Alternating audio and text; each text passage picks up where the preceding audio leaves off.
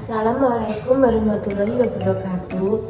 Di sini kami dari kelas 2B akan menjelaskan materi perkembangbiakan hewan secara generatif.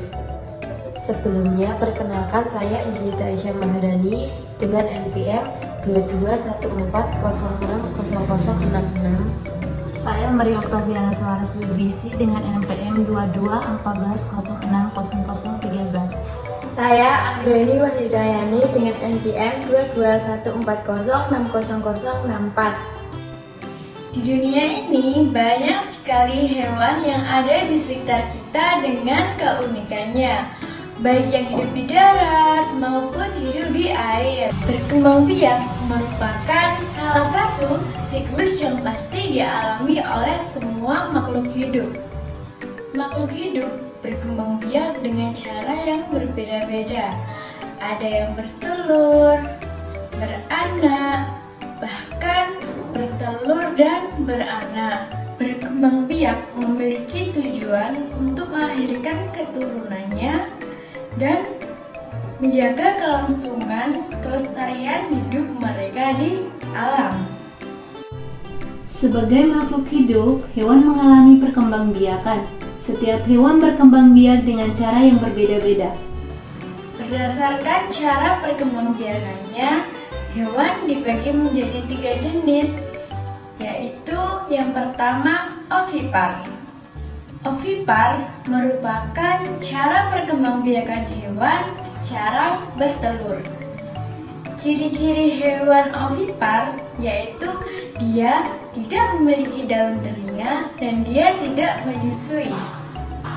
Contoh dari hewan ovipar yaitu ayam, burung, kura-kura, dan masih banyak lagi lainnya.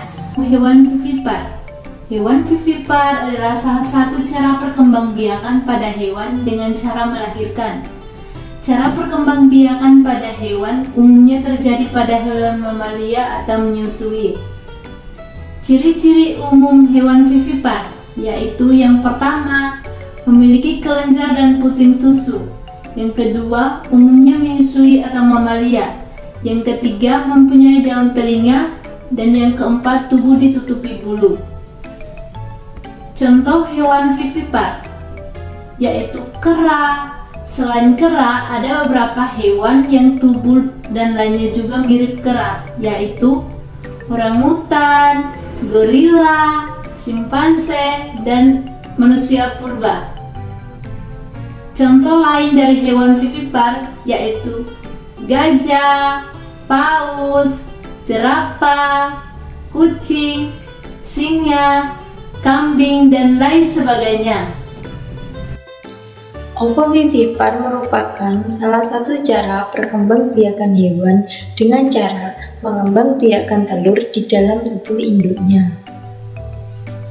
Tetapi makanan yang diperoleh embrio berasal dari dalam telur tersebut, bukan berasal dari tubuh induknya. Ovovivipar biasanya disebut juga dengan perkembangbiakan hewan secara bertelur dan beranak. Berdasarkan habitatnya, hewan ovovivipar dibagi menjadi 2, yaitu hewan ovovivipar yang hidup di darat dan hewan ovovivipar yang hidup di air. Saya akan menyebutkan 3 ciri-ciri hewan ovovivipar. Yang pertama, reproduksi secara generatif. Kedua, menyimpan cadangan makanan pada telur. 3, embrio dalam telur tumbuh dengan sempurna. Contoh hewan ovovivipar yang hidup di air ada ikan hiu, ikan pari, ikan gupi, kuda laut, dan lain sebagainya. Nah, contoh hewan ovovivipar yang berjenis serangga ada kecoa, ada kutu daun, dan ada kumbang. Contoh hewan ovovivipar jenis reptil ada kadal, ada salamander, ada bunglon. Jadi kesimpulan dari materi kelompok kami yaitu penggolongan hewan berdasarkan cara perkembangbiakannya adalah salah satu siklus yang pasti dialami oleh semua makhluk hidup. Penggolongan hewan berdasarkan cara perkembangbiakannya dibagi menjadi 3, yaitu ovipar, vivipar, dan ovovivipar.